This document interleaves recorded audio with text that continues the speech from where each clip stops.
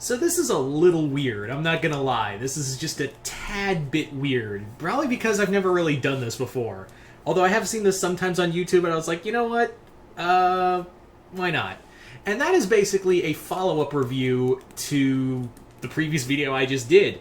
Why? Because there was a lot more I didn't get to talk about and I forgot to talk about because I'm an idiot. Yeah.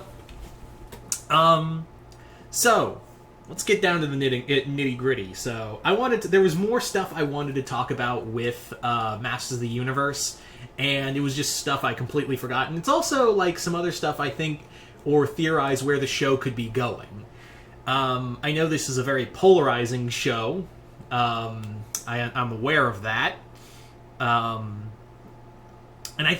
in a weird way, I can see where people are. Like, you thought it was going to be a He-Man show, and it turned out not to be. But at the same time, like, that's kind of a neat idea.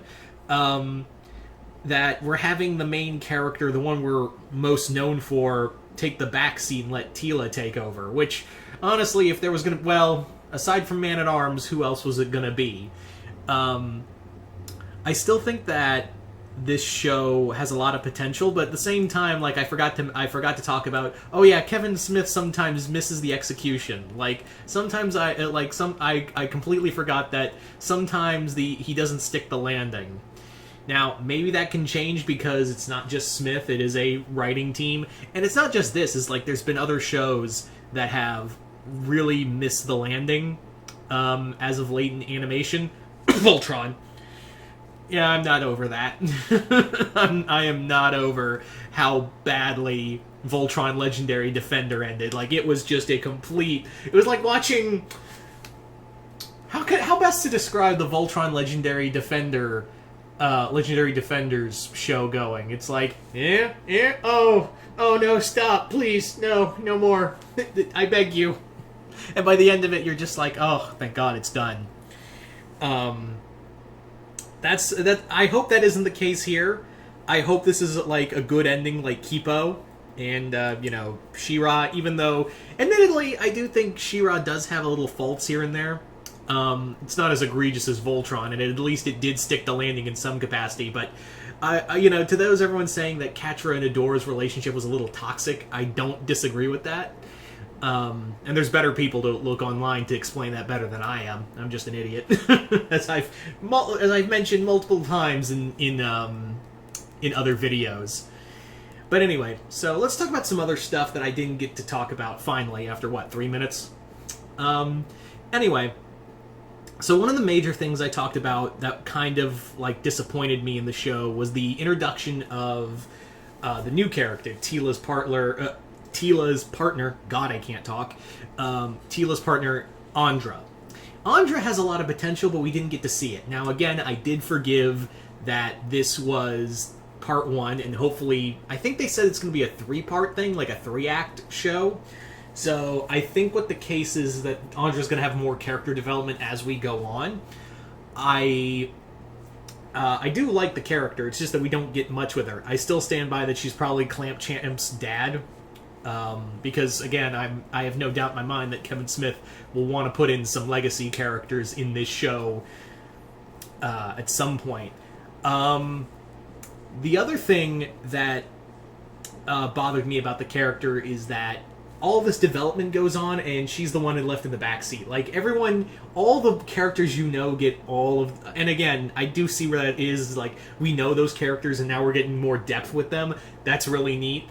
But you introduce this new character, and she's just here to make jokes. What's up with that? So hopefully that can change. That's nothing that a few seasons can't fix. But it is kind of stumbling when you have a big ensemble cast.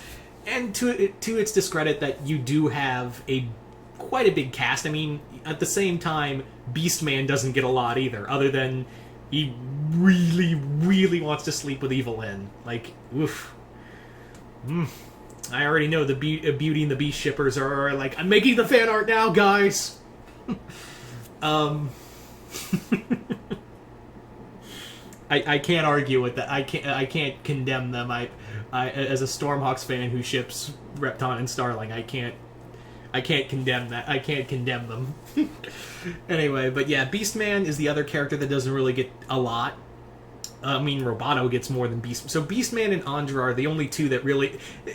And even that's kind of sucks because Beastman doesn't get a lot to do, even though he's in the main cast. He's just there to be like, I'm here because I'm simping for Evelyn, which I think they had like little bits here and there in the '80s cartoon. They had like little moments of that, but it wasn't like out there. I also do like Beastman's design, but yeah, if I was to say like a character who got less development than Andra, would be Beastman, sadly. But as for everyone else, I think they all got really good character development. Roboto, even though Robato's big character development was dying.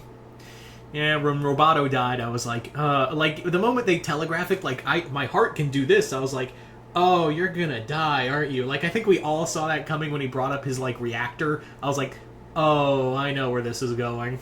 I think we all had a collective, oh, so this is where we're going? We just had Orko die, Smith, what the fuck? You're not George R.R. Martin, man! Did you look at, like, George R.R. Martin's work and go, I can top that, but with He-Man characters. So, that's another thing I'm kind of worried about, is having an overboard of death, like Smith trying to be George R.R. Martin and just kill off any and all characters at any point, because I did not expect Orko to die. And Orko got a lot of development for the episodes he's in. Like I said, I think Orko was the MVP of this show, of having this very sad, like, he's been looked as a joke his whole life, and now he's like, looking at it, he's basically a cancer patient where it's like, without magic, I'm just dying and I'm losing parts of my... It's like living with dementia or something, where and I wish we got more of that, of like talking about like, oh, sometimes I forget things, sometimes I remember them differently. I do like that. That's kind of like living with dementia and living with cancer with the lack of magic.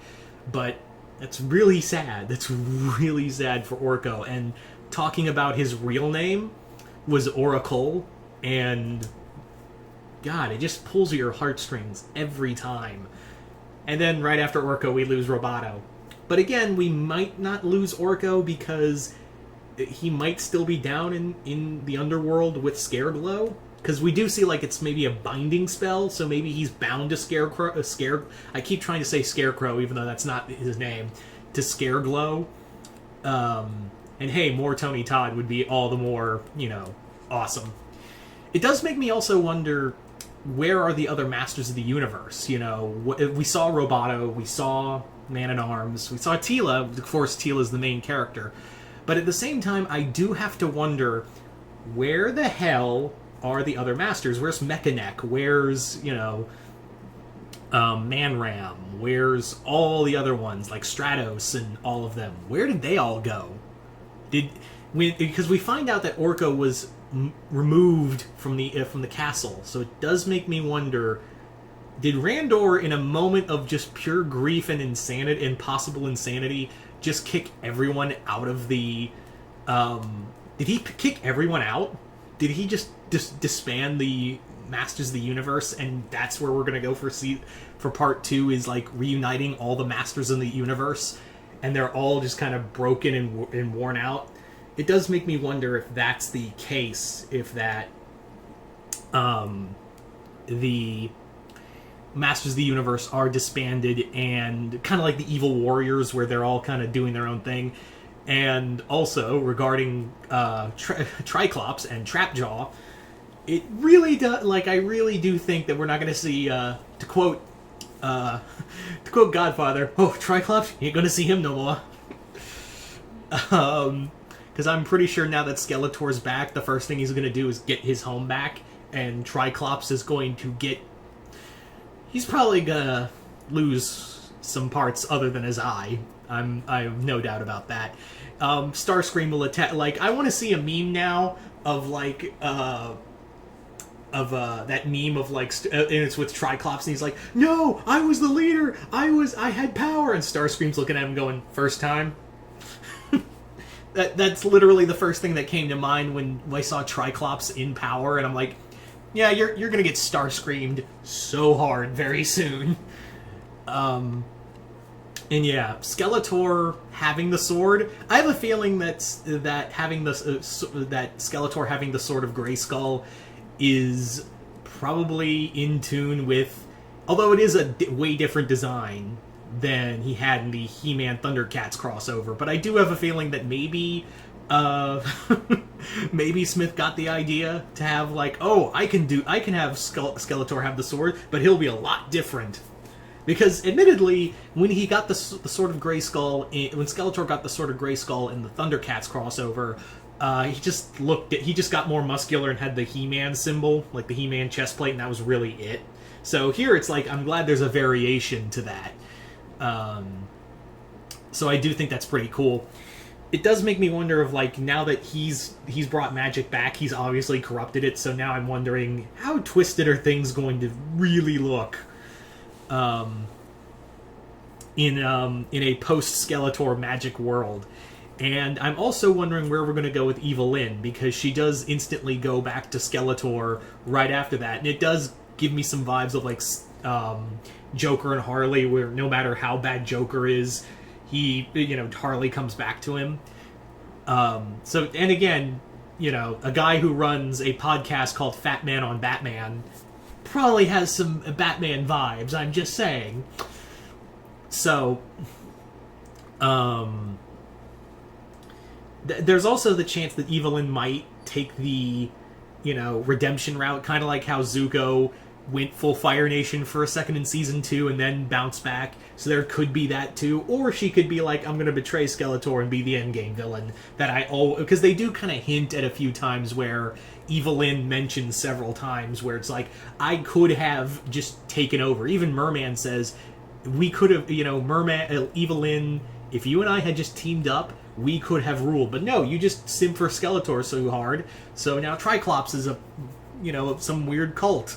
Some weird Borg cult. Which, by the way, when the little kid came out with the twisted her head around, I was like, oh no. I was like, oh, that's unsettling. That's also a clear reference to, Exorcist, but whatever, that's just me.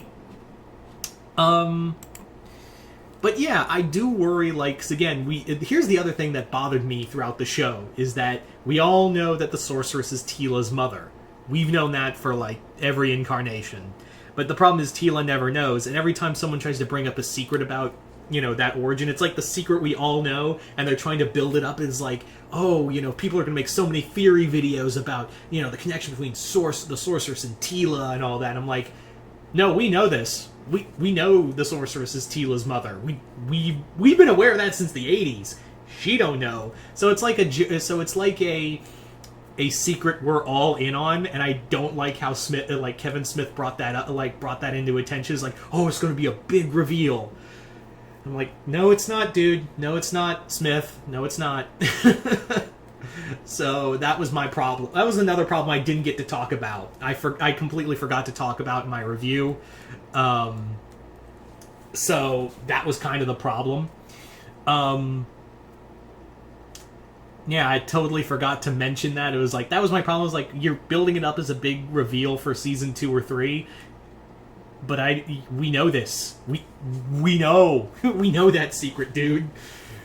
But here's the thing is that I'm wondering is like, are they trying to say that Teela was meant to be the real champion of Castle Grayskull? Was she meant to have the power of Grayskull? Was that and they just gave it to Adam to scapegoat it? And if so, that's really dark and really messed up, guys. That I don't know if I'll like if that's the reveal that Teela was meant to be the real champion, and the Sorcerer's like, no, I'm not going to sacrifice my daughter. Here, Adam, you take it. You be you take this burden. I mean, great honor. That's what I'm afraid might happen, and if so, that's like, I don't need the heroes of Castle Grayskull to be morally gray. I kind of enjoy the good guys over here, bad guys over here. I don't like when it I don't know if I really need morally gray Sorceress. I don't need her to be frickin' Nick Fury, all right?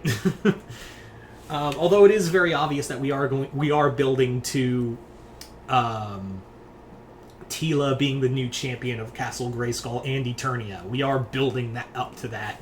The question is, like, how are we going to do that? Because it's very obvious she is connected to her mother's magic, and it does make me wonder, is Smith going to go into who is the father? Because in one, I remember distinctly, maybe then again, maybe I'm just remembering it wrong, is that in the 80s cartoon, Man-at-Arms took Teela in as an adopted daughter, and she knew this, and we are following that continuity. But in the other continuity, Man-at-Arms was her biological father, and the sorceress, again, hid that.